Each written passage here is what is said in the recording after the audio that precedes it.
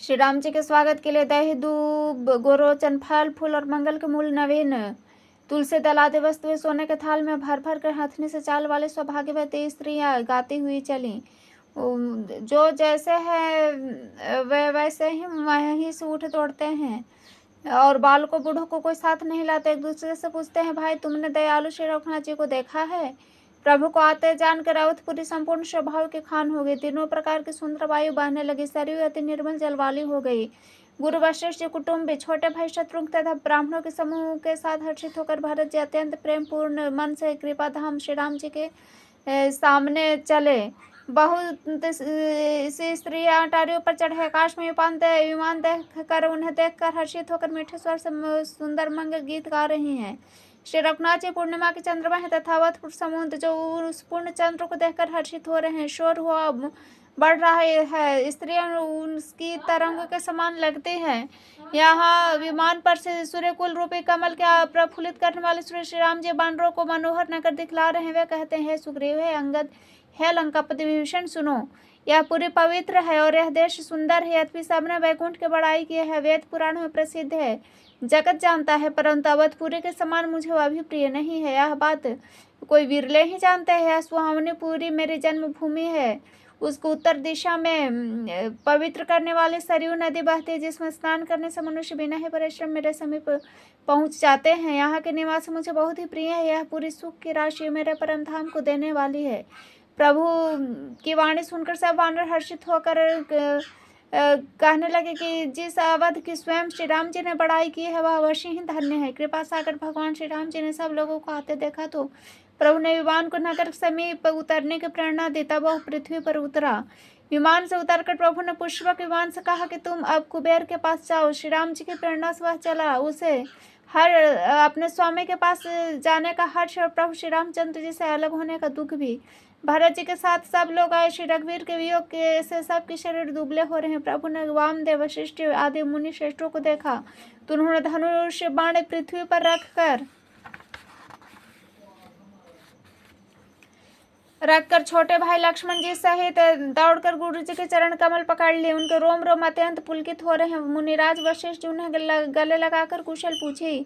उन्होंने कहा, आपकी दया में हमारी कुशल है। धर्म की धूरी धारण करने वाले रघुकुल के स्वामी श्री राम जी ने सब ब्राह्मणों से मिलकर उन्हें मस्तक नवाए। फिर भरत जी ने प्रभु के चरण कमल पकड़े, जिन्हें देवता मुनि शंकर जी और ब्रह्मा जी भी नमस्कार करते हैं। भरत जी पृथ्वी पर पड़े हैं, उठाए नहीं उठते हैं। तब कृपा सिंधु श्री राम जी ने जबरदस्ती उठाकर हृदय से लगा लिया। उनके सांवले शरीर पर रोए खड़े हो गए। नवीन कमल के समान नेत्रों में जल की बाढ़ आ गई। कमल के समान नेत्रों से जल बह रहा है। सुंदर शरीर में शोभा दे रही है। त्रिलोकी के स्वामी प्रभु श्री राम जी छोटे भाई भरत जी को अत्यंत प्रेम से हृदय लगाकर मिले। भाई से मिलते समय प्रभु ऐसे शोभित रहे, उनकी उपमा मुझसे कही नहीं जाती। मानो प्रेम और श्रृंगार शरीर धारण करके मिले हों, जो श्रेष्ठ शोभा को प्राप्त हुए हों। कृपा निधान श्री राम जी ने भरत जी से पूछते हैं, परंतु आनंदवश भरत जी के मुख से वचन नहीं निकलते। शिव जी ने कहा, है पार्वती सुना, वह सुख उस समय भरत जी को मिल रहा है, वचन और मन से परे है, उसे वही जानता है जो उसे पाता है। भरत जी ने कहा, है कौशलनाथ, आपने दुखी जानकर दास को दर्शन दिए, इससे सब कुशल है। वीरा समुद्र में डूबते हुए मुझको कृपा निधान ने हाथ पकड़कर बचा लिया। फिर प्रभु हर्षित होकर शत्रुघ्न जी को हृदय से लगाकर उनसे मिले। तब लक्ष्मण जी और भरत जी दोनों भाई परम प्रेम से मिले। फिर लक्ष्मण जी शत्रुघ्न जी से गले मिल गए। इस प्रकार वीरा से उत्पन्न हुए दुख का नाश किया। फिर भाई शत्रुघ्न जी सहित भरत जी ने सीता जी के चरणों में सिर नमाया, परम सुख प्राप्त किया। प्रभु को देखकर अयोध्यावासी सब हर्षित हुए।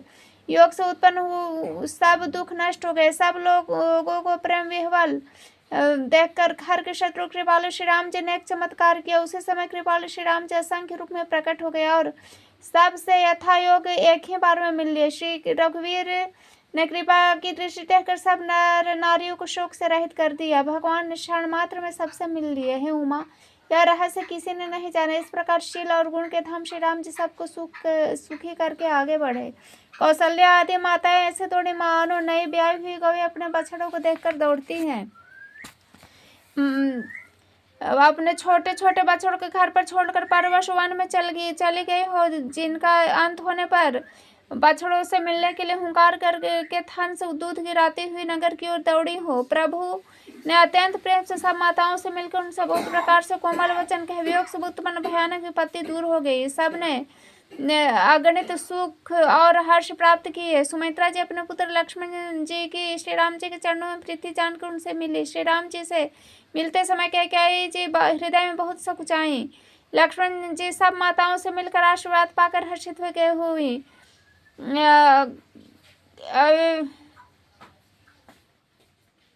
वे कैकेयी से बार बार मिले, परंतु उनके मन का क्षोभ रोष नहीं जाता। जानकी जी सब सासुएं से मिली, उनके चरणों लग उन्होंने अत्यंत हर्ष हुआ। सासुएं कुशल पूछकर आशीष दे रही हैं, तुम्हारा सुहाग अचल हो। सब माताएं श्री रघुवीर जी का कमल सा मुखड़ा देख रही हैं। मंगल का समय जानकर वे आंसुओं के जल को नेत्रों में रोक रखती हैं। सोने के थाल में आरती उतारती हैं, बार बार प्रभु के श्री अंगों को देखती हैं। अनेक प्रकार से निछावरे करते हैं, हृदय में परमानंद है तथा हर्ष भर रही है। कौशल्या जी बार बार कृपा के समुद्र और रण श्री रघुवीर को देख रहे हैं। बार बार हृदय में विचारते हैं कि इन्होंने लंकापति रावण को कैसे मारा। ये मेरे दोनों बच्चे बड़े ही सुकुमार और हैं। राक्षस तो बड़े योद्धा और महाबलवान थे। लक्ष्मण जी सीता जी सहित प्रभु श्री रामचंद्र जी को माता देख रहे, उनका मन परमानंद में मग्न है और शरीर बार बार पुलकित हो रहा है। लंकापति विभीषण, वानर राज सुग्रीव, नल नील, जामवंत, अंगद तथा हनुमान आदि सभी उत्तम स्वभाव वीर वानरों ने मनुष्य के मनोहर शरीर धारण किए हैं। वे सब भरत जी के प्रेम सुंदर स्वभाव, व्रत और नियमों के अत्यंत प्रेम से आदरपूर्वक बड़ाई कर रहे हैं। नगरवासियों के प्रीति की प्रभु के चरणों में प्रीति में उनकी सराहना कर रहे। श्री रघुनाथ जी ने सब शाखाओं को बुलाया, सबको सिखाया कि मुनि के चरणों में लगो। यह गुरु वशिष्ठ जी हमारे कुल बाहर के पूज्य हैं, इन्हीं की कृपा से रण में राक्षस मारे गए हैं। हे मुनि सुनिए, सब मेरे सखा हैं। संग्राम रूपी समुद्र में मेरे लिए मेरे बड़े जहाज के समान हुए। मेरे हित के लिए इन्होंने अपने जन्म तक हार दिए। यह मुझे भारत से भी अधिक प्रिय हैं। प्रभु के वचन सुनकर सब प्रेम और आनंद में मग्न हो रहे हैं। इस प्रकार पल पर उन्हें नए नए सुख उत्पन्न हो रहे हैं।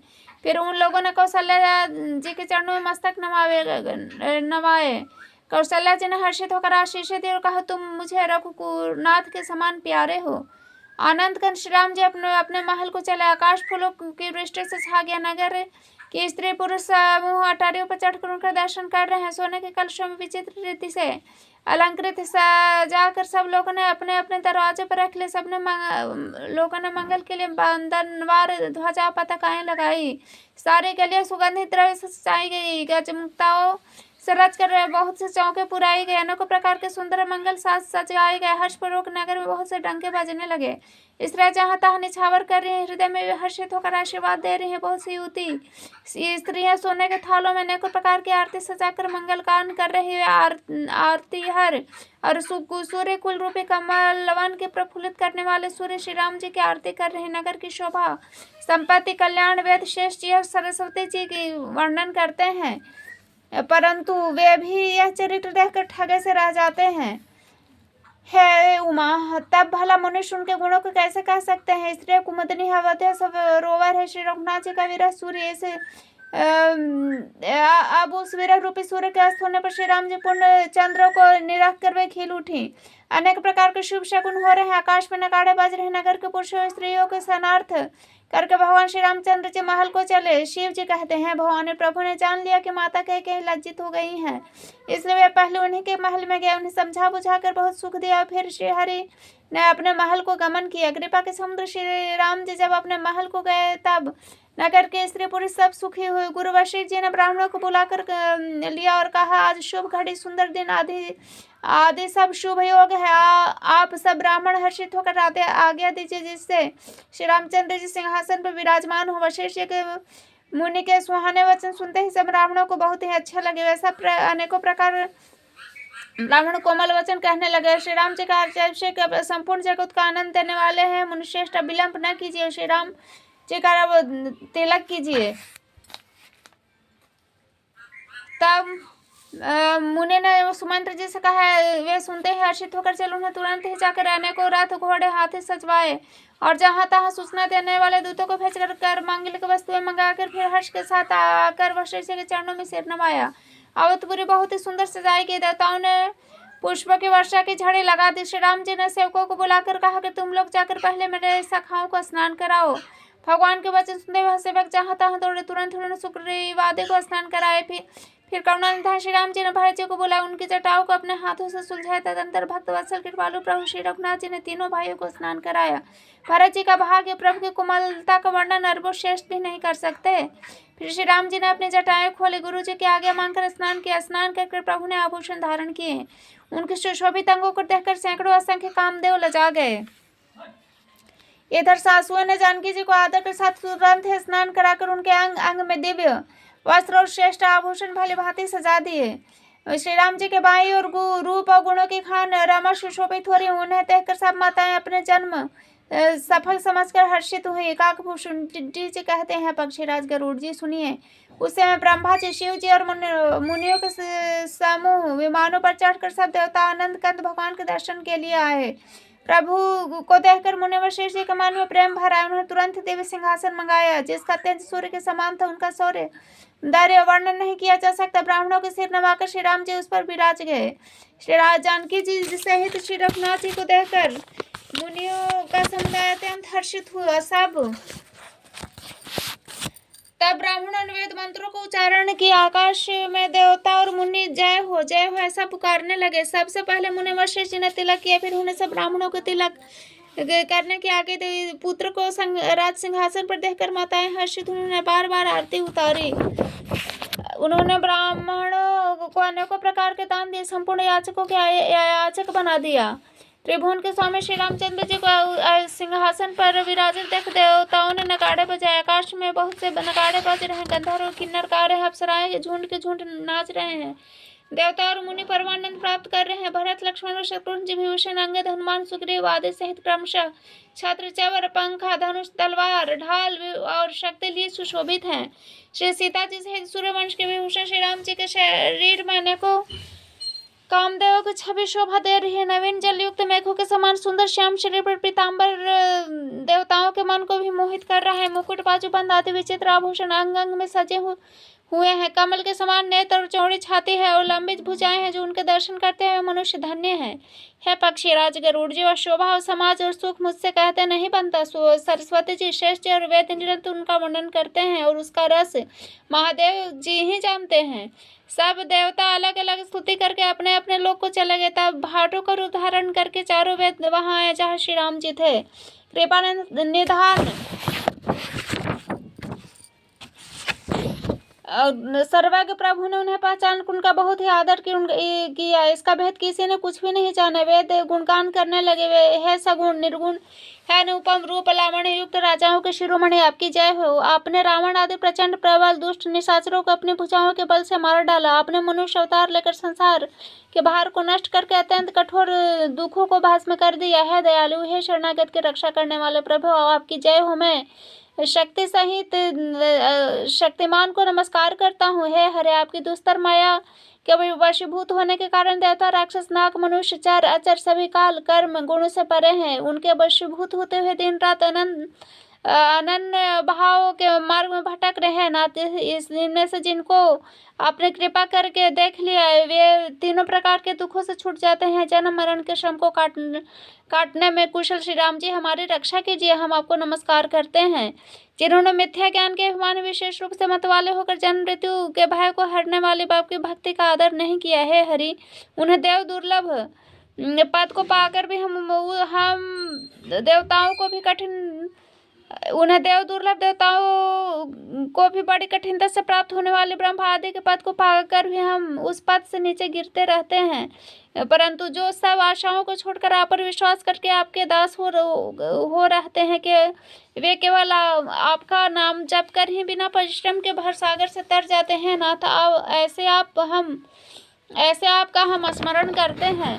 है जो चरण शिव जी ब्रह्मा जी के द्वारा पूज्य है तथा जिन चरणों की कल्याण में रज का स्पर्श पाकर गौतम ऋषि के पत्नी अहल्या तर गए, जिन चरणों के नख से मुनियों द्वारा वंदित त्रैलोक्य को पवित्र करने वाले देवनंदी गंगा जी निकले। ध्वजा, वज्र, अंकुश और कमल, इन चिन्हों से जिन चरणों में वन फिरते समय कांटे चुभ जाने से घट्टे पड़ गए हैं, वे वेद शास्त्रों ने कहा है कि जिनका मूल अव्यक्त है, जो अनादि है, जिनकी 4 त्वचाएं, 6 तने, 25 शाखाएं, अनेकों पत्ते, बहुत से फूल, जिनमें कड़वे और मीठे 2 प्रकार के फल लगे हैं, जिन पर एक बेल है जो उसी के आश्रित रहते हैं, जिसमें नित्य नए पत्ते और फूल निकलते रहते हैं, ऐसे संसार रूपी वृक्ष आपको हम नमस्कार करते हैं। अब ब्रह्म जन्म अद्वैत केवल अनुभव से ही जाना जाता है, मन से परे है। जो वो ब्रह्म का ध्यान करते हुए ऐसा कहा करे और जाना करे, किंतु हे नाथ, हम तो नित्य आपका सगुण यश ही गाते हैं। हे करुणा के धाम प्रभु, है सद्गुणों की खान, है देव, हम यह वर मांगते हैं कि हम मन वचन और कर्म से विकारों को त्याग कर आप के चरणों में प्रेम करें। वेदों ने सब प्रकार से देखते यह श्रेष्ठ विनती की, फिर वे अंतर ध्यान हो गए, ब्रह्मलोक को चले गए। कहा कि भुषुंडी जी कहते हैं, गरुड़ जी सुनिए। तब शिव जी वहां आए जहां श्री रघुवीर थे। वे गदगद वाणी से स्तुति करने लगे। उनका शरीर पुलकावली से पूर्ण हो गया। हे राम, हे रमा रमण, हे लक्ष्मीकांत, हे जन्म मरण के संताप का नाश करने वाले, आपकी जय हो। आवागमन के भय से व्याकुल इस सेवक की रक्षा कीजिए। हे अवधपति, हे देवताओं के स्वामी, हे रमापति, मैं हे विभु, मैं शरणागत आपसे यही मांगता हूँ। हे प्रभु, मेरी रक्षा कीजिए। हे 10 सिर और 20 भुजाओं वाला, रावण के विनाश करके पृथ्वी के सब महान रोगों को दूर करने वाले श्री राम जी, राक्षस समूह रूपी जो पतंगे थे वे सब आपके बाण रूपी अग्नि के प्रचंड तेज से भस्म हो गए। अब पृथ्वी मंडल के अत्यंत सुंदर आभूषण है। अब श्रेष्ठ बाण, धनुष और तर्कश धारण किए हुए हैं। महान मद, मोह, ममता रूपी रात्रि के अंधकार समूह के नाश करने के लिए आप सूर्य के तेजोमय किरण समूह है। कामदेव रूपी भील ने मनुष्य रूपी हिरणों के हृदय में कुभोग रूपी बाण मारकर उसे गिरा दिया है। हे नाथ, हे हरे, इसे मारकर विश्व रूपी वन में भूले पड़े हुए इन पामर अनाथ जीवों की रक्षा कीजिए। लोग बहुत से रोगों वियोगों से मारे हुए हैं। यह सब आपके चरणों में निरापद के फल है। जो मनुष्य आपके चरण कमलों में प्रेम नहीं करते, वे अथाह भव सागर में पड़े हैं। जिनके आपके चरण कमलों में प्रीति नहीं है, वे नित्य हैं अत्यंत दीन, मलिन और दुखी रहते हैं। जिन्हें आपकी लीला कथा का आधार है, उसको संत और भगवान सदा प्रिय लगते हैं। उनमें न राग है, न लोभ है, न मान है, न मद है, न और विपत्ति दुख समान है। से मुनि लोग योग साधन का भरोसा सदा के लिए त्याग देते हैं और प्रसन्नता के साथ आपके सेवक बन जाते हैं। वे प्रेम पूर्वक नियम लेकर निरंतर शुभ हृदय से आपके चरण कमलों की सेवा करते हैं और निरादर और आदर के समान मानकर सब संत सुखी होकर पृथ्वी पर विचरते हैं। हे मुनियों के मन रूपी कमल के भ्रमर, है महान रणधीर अजय श्री रघुवीर, मैं आपको भजता हूँ। हे हरि, आपका नाम जपता हूँ, आपको नमस्कार है। आप जन्म मरण रूपी रोग की महान औषधि हैं, अभिमान के शत्रु हैं। आप गुणशील और कृपा के धाम परम स्थान है। आप लक्ष्मीपति, मैं आपको निरंतर प्रणाम करता हूँ। हे रघुनंदन, द्वंद्व समूह का नाश कीजिए। है पृथ्वी का पालन करने वाले राजन, इस दीन जन की ओर दृष्टि डालिए।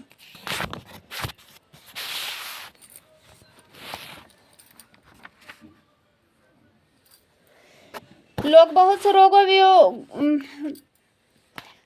मैं आपसे बार बार यही वरदान मांगता हूँ कि मुझे आपके चरण कमलों की अचल भक्ति और आपके भक्तों का सत्संग सदा प्राप्त हो। है लक्ष्मीपति, हर्षित होकर मुझे यही दीजिए। श्री रामचंद्र जी के गुणों का वर्णन करके उमापति महादेव जी हर्षित होकर कैलाश को चले।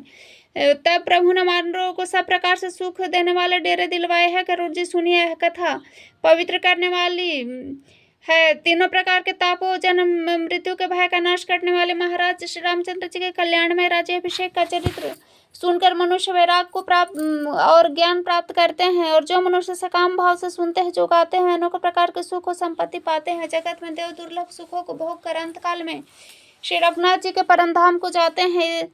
इससे जो जीव मुक्त विरक्त विषय सुनते हुए क्रमशः भक्ति, मुक्ति और नवीन संपत्ति पाते हैं। है पक्षीराज गरुड़ जी, मैंने अपने बुद्धि के पहुँच के अनुसार राम कथा वर्णन की है, जो भय और दुख को हरने वाली है। यह वैराग, विवेक और भक्ति को दृढ़ करने वाले तथा मोह रूपी नदी के लिए सुंदर नाव है। अवधपुरी में नित्य नए नए मंगल उत्सव होते हैं। सब वर्गों के लोग हर्षित हैं।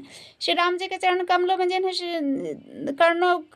शिव जी, मुनिगण और ब्रह्मा जी भी प्रणाम करते हैं, उसकी नित्य नवीन प्रीति है। भिक्षुकों को बहुत प्रकार से वस्त्र आभूषण पहनाए गए। ब्राह्मणों ने नाना प्रकार के दान पाए। वानर सब ब्रह्मानंद में मग्न है। प्रभु के चरणों में सबका प्रेम होने दिन रात जाने ही नहीं जाते। बात ही बात में 6 महीने बीत गए। उन लोगों को अपने घर भूल ही गए थे। उन्हें स्वप्न में भी घर की सुध नहीं थी। जैसे संतों के मन में दूसरे दिन से द्रोह करने के बाद कभी नहीं आती। तब श्री रघुनाथ जी ने सब सखाओं को बुलाकर सब ने आकर आदर सहित सिर नवाया। बड़े प्रेम से श्री राम जी ने उनको अपने पास बैठाया। भक्तों को सुख देने वाले कोमल वचन कहे, तुम लोगों ने मेरी बड़ी सेवा की है। मुंह पर किसी प्रकार तुम्हारी बड़ाई करूं। मेरे हित के लिए तुम लोगों ने घर तथा सब प्रकार के सुखों को त्याग दिया, जिससे तुम मुझे अत्यंत ही प्रिय लग रहे हो। छोटे भाई, राज्य, संपत्ति, जानकी, अपने शरीर, घर, कुटुंबी और मित्र सब मुझे प्रिय है, परंतु तुम्हारे समान नहीं। मैं झूठ नहीं कहता, यह मेरा स्वभाव है। सेवक सभी को प्यारे लगते हैं, यह नीति है, पर मेरा दास पर विशेष प्रेम है। सखागण, अब सब लोग घर जाओ। यहाँ दृढ़ नियम से मुझे भजते रहना। मुझे सदा सर्वव्यापक और सबका हित करने वाला जानकर अत्यंत प्रेम करना। प्रभु का वचन सुनकर सबके सब प्रेम मग्न हो गए। हम कौन है और कहाँ है, यह देह की सुध भी भूल गई। वे प्रभु के सामने हाथ जोड़कर टकटकी लगाए देखते ही रह गए। अत्यंत प्रेम के कारण कुछ कह नहीं सकते। प्रभु ने उनका अत्यंत प्रेम देखा, तब उन्होंने अनेकों प्रकार से विशेष ज्ञान का उपदेश दिया। प्रभु के सम्मुख वे कुछ कह नहीं सकते। बार बार प्रभु के चरण कमलों को देखते हैं। तब प्रभु ने अनेक रंगों के अनुपम सुंदर गहने कपड़े मंगावे। सबसे पहले श्री भरत जी ने अपने हाथ संवार कर सुग्रीव को वस्त्राभूषण पहनाए। फिर प्रभु की प्रेरणा से लक्ष्मण जी, विभीषण जी को गहने कपड़े पहनाए, जो श्री रघुनाथ जी के मन को बहुत ही अच्छा लगा। अंगद बैठे ही रहे, वे अपने जगह से हिले तक नहीं। उनका उत्कंठ प्रेम देखकर प्रभु ने उनको नहीं बुलाया। जामवंत, नील आदि सबको श्री रघुनाथ ने स्वयं भूषण वस्त्र पहनाए। वे सब अपने हृदय में श्री रामचंद्र जी के रूप को धारण करके उनके चरणों में मस्तक नवाकर चले। तब अंगद उठकर सिर नवाकर, नेत्रों में जल भरकर, हाथ जोड़कर अत्यंत विनम्र तथा मानो प्रेम के रस में डुबाए हुए मधुर वचन बोले, हे सर्वज्ञ, हे कृपा और सुख के समुद्र, हे दीनों पर दया करने वाले, हे आर्तों के बंधु सुनिए। हे नाथ, मरते समय मेरा पिता बाली मुझे आपकी गोद में डाल गए थे।